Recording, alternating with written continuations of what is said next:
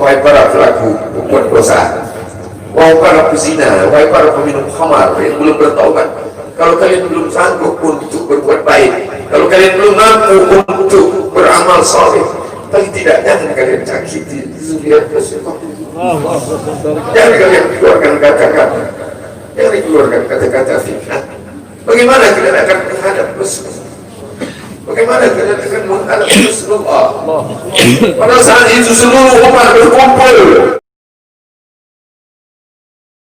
Baik, sebelum kita mendengar amanah dari Imam Besar, maka kita akan mendengar tausiah dari tamu istimewa kita, Ustaz Abdul Somad. Kepada beliau kami persilakan. Sallu ala Nabi.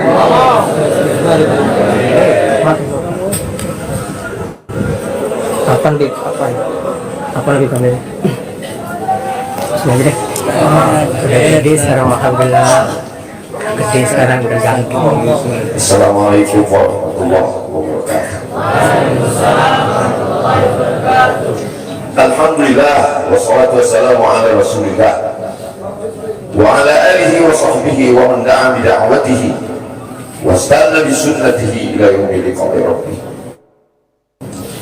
الحبائب الأفاضل العلماء الأجلاء نفعنا الله بغزير علومهم وبحسن أدبهم ولطفهم جعلنا الله وإياهم مع الحبيب المصطفى في جنته. Orang yang menyambut beliau, kalau dia masih ada ikatan dinas, maka beberapa hari ini kita lihat orang itu dihukum dari jabatannya. Orang yang mengupdate status kalau menulis nama beliau, maka Instagramnya akan diblokir. Hanya menulis namanya saja, maka Facebooknya akan ditutup. Orang menjadi takut untuk menjenguk beliau, kecuali orang-orang yang takutnya sudah dihabiskannya untuk ngomong. Apa dosanya? Apa salahnya? Berapa triliun negeri ini pernah dirugikannya? Nikel, uranium yang pernah dijualnya ke luar negeri. Berapa BUMN perusahaan yang pernah dijualnya aset-aset negara? Ada yang pernah dia jual? Dia hanya mengajak anak muda yang selama ini pecandu narkoba menjadi bertaubat kepada Allah. Dia hanya membangkitkan semangat anak muda yang selama ini berzina menjadi orang-orang yang takut kepada Allah. Dia hanya mengajak mereka yang memakai baju hitam, pakaian hitam, berubah menjadi pakaian putih. Mereka berusaha untuk memutihkan catatan amal baik mereka di hadapan Allah. Dia hanya menyadarkan umatnya supaya sadar bahwa politik itu penting, angkatlah pemimpin yang adil dan aman. Dia hanya sedang mengajak umatnya supaya jangan memilih pemimpin kafir. Salahkah perbuatannya? Tidak. Dia tinggal di negara demokrasi. Dalam dunia demokrasi, siapapun berhak untuk mengajak menyuarakan kebenaran. Dia tidak melawan sultan, dia tidak melawan ulil amri, dia tidak melawan siapapun. Dia hanya melawan ketidakadilan. Hari ini saya berangkat setelah sholat subuh menuju airport, naik pesawat. Setelah naik pesawat, naik mobil. Setelah naik mobil, jalan macet, saya mesti turun naik sepeda motor. Setelah naik sepeda motor pun juga tidak bergerak, jalan kaki. Akhirnya sampai kemana? Dalam hati saya berkata, celaka betul orang yang mengatakan kemarin katanya tidak ada yang menyambutnya. Sudah 3 hari, saya pikir 3 hari tidak ada orang lagi, saya akan datang bisa duduk berdua dengan beliau. Saya tidak datang mau ceramah, saya tidak datang mau tausiah, saya tidak mau datang mau tabligh akbar. Ternyata yang menyambutnya seramai ini, sebanyak ini, orang berjalan kaki, anak-anak muda berjalan kaki, orang tua, ibu-ibu duduk di pinggir jalan.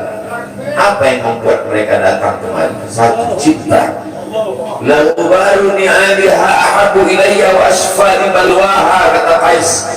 Debu yang menempel di sandal Laila lebih dapat menghilangkan rasa sakit dan duka. Hanya cinta kepada Laila, apalagi cinta kepada zuriat Nabi Muhammad SAW. andai engkau orang alim, andai engkau hafal kitab, andai engkau mengerti kitab kuning, banyak ilmu, tapi ada kebencianmu kepada ahli bait Rasulullah SAW, hilang keberkahan hidupmu. Andai engkau punya derajat seperti seorang wali, andai engkau diangkat Allah sebagai wali, maka jatuh derajat kewalianmu hanya karena kebencianmu kepada ahli bait. Apa kata Kiai Haji Maimun Zubair, ahli bait itu seperti Quran yang rapuh. Andai ada ahli bait itu yang nakal, yang jahat sekalipun, dia tetaplah seperti Quran yang rapuh. Quran yang buruk, andai titiknya sudah tidak ada lagi, tak akan mungkin kau akan buang. Kau tetap juga akan jaga dia, kau akan cium dia. Kenapa? La yamassuhu illal mutahharun. Allah yang mensucikan.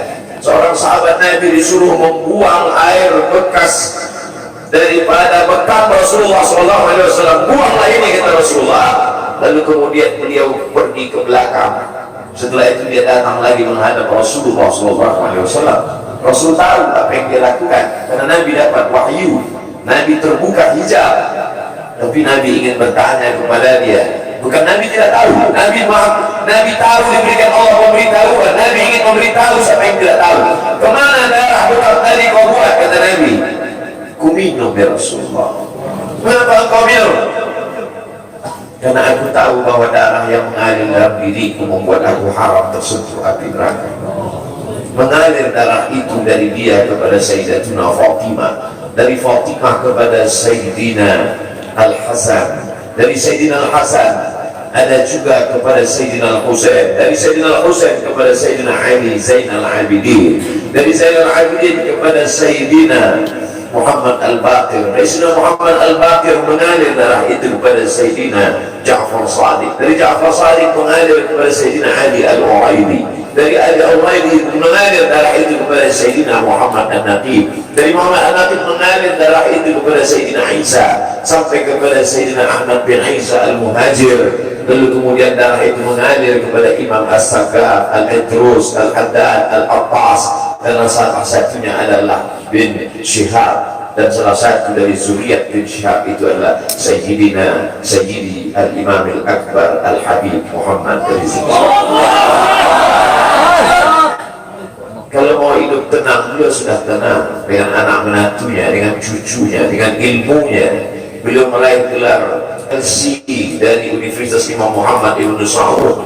Dia cukup dengan majlis-majlis maulidnya, cukup. Mengapa dia bersusah payah? Mengapa dia mesti kena fitnah? Dia hanya mengikut darah Sayyidina Al-Husain. Kalau mengikut Sayyidina Al-Hasan, lembut. Mengikut Sayyidina Al-Hasan, lembut sentuhannya. Maka para ahli bait ini mengikut dua aliran, Sayyidina Al-Hasan dan Sayyidina Al-Husain.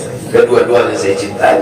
Habaib yang mengikut Sayyidina Al-Hasan, saya datang, saya cium tangan mereka, saya bersilaturahim, lembut gaya mereka. Tapi mereka semua mengajak untuk mencintai Sayyidina wa Maulana Muhammad sallallahu alaihi wasallam. Tapi ada yang seperti Sayyidina Al-Husain, menggelegar suaranya, dia hunuskan pedangnya untuk musuh-musuh Allah. Keduanya adalah sama-sama diridhai Allah. Innal Hasan wal Husain sayyida syababi ahli jannah. Yang mencintai Sayyidina Al-Hasan, mencintai Sayyidina Al-Husain, yang mencintai zuriat mereka, keturunan mereka, maka dengan cinta itu bekal kita menghadap Rasulullah SAW.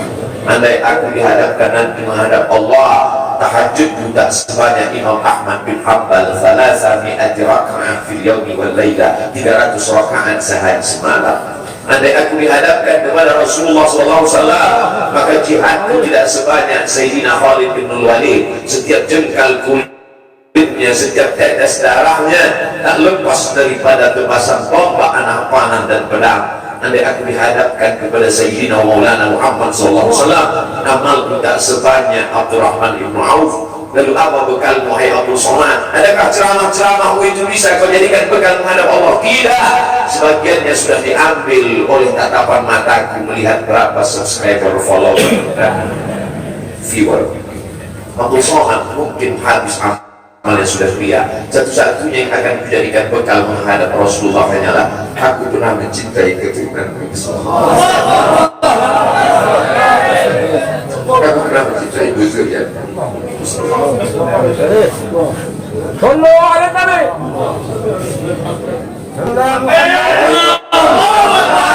Wahai para pelaku berbuat dosa, wahai para pezina, wahai para peminum khamar yang belum bertaubat, kalau kalian belum sanggup untuk berbuat baik, kalau kalian belum mampu untuk beramal saleh, paling tidak jangan kalian cakiti zuriat Rasulullah.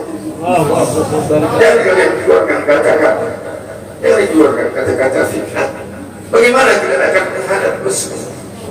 Bagaimana kalian akan menghadap Rasulullah? Pada saat itu seluruh umat berkumpul menghadap Nabi Adam alaihissalam. Kami tidak sanggup berdiri di padang mahsyar ini, wahai Adam, menghadaplah kepada Allah. Kata Adam, aku tidak sanggup menghadap Allah, karena dulu Allah berkata, la taqrabu hadhihi syajarah, jangan kau dekati pohon kulbi ini, tapi aku malah memakannya, ya Allah. Mereka datang menghadap Nabi Nuh alaihissalam. Kata Nabi Nuh, aku tak sanggup menghadap Allah, karena anakku durhaka. Sa'awi ila jabalin ya'simuni minal ma', aku akan naik ke atas bahtera perahu yang bisa menyelamatkan aku dari air. Aku tak sanggup menghadap Allah, kata Nabi Nuh alaihissalam. Mereka menghadap kepada Nabi Musa, aku tak mampu, kata Nabi Musa. Mereka menghadap kepada Nabi Isa, aku pun malu kepada Allah, karena aku mereka jadikan sembahan di atas muka bumi Allah. Mereka hanya mampu menghadap Sayyidina Maulana Muhammad SAW. Wahai para pezina, wahai para pelaku dosa, kalau kalian belum mampu beramal soleh, belum mampu bertobat, paling tidak jangan kalian zina zuriat Rasulullah SAW. Bagaimana kalian akan menghadap Rasulullah? Pada saat itu tak ada syafaat. Man alladhi yashfa'u illa bi'idhnihi. Tak ada satu pun yang bisa memberikan syafaat kecuali Sayyidina wa Maulana Muhammad sallallahu alaihi wasallam. Wahai para pemimpin yang hari ini kau dititipkan amanah kekuasaan, beberapa hari ini kau lihat apa yang dilakukan orang pada Donald Trump. Kurang hebat apa lagi Trump? Negara adidaya, kekuasaan, kaya raya. Tapi ketika kekuasaan itu diambil oleh Joe Biden, kita pun malu melihat video ejekan-ejekan itu. Kalau hari ini kau punya kekuasaan, saudara, sampai masanya kau juga akan mengalami seperti yang dialami oleh Trump. Jabatan itu cabut Allah Maha. Saya masih melihat video bagaimana Bapak Susilo Bambang Yudhoyono sampai ke Pekanbaru beberapa tahun yang lalu. Di depan balihonya disobek. Beliau jenderal, ganteng, punya partai, tapi setelah kekuasaan itu tak ada di tangannya, difitnah, dibully, balihonya disobek. Bagaimana agaknya ketika tiga hal itu tak ada pada diri kita? Tidak jenderal, tidak ganteng, tak pula punya partai. Fakta diri yang dilakukan menangkap ikan di Bukit Selasih. Demikian, terima kasih. Assalamualaikum warahmatullahi wabarakatuh.